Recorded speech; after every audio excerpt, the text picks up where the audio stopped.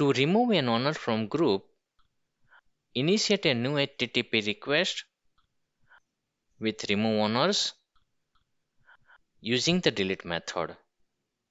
Set the URL https://graph.microsoft.com/v1.0/group/group id/owner/owner id/ref.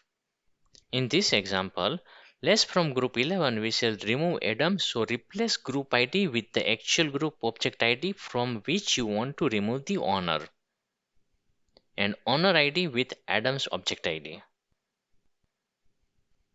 In the header, include authorization with your barrier token.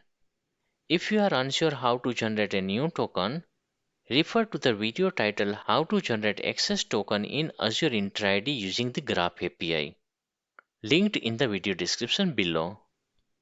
Click the send button to execute the request. This action will remove Adam from group 11 owners list.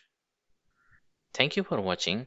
If you like this video, please give it a thumbs up, subscribe to channel and leave a comment. More tutorials are coming soon.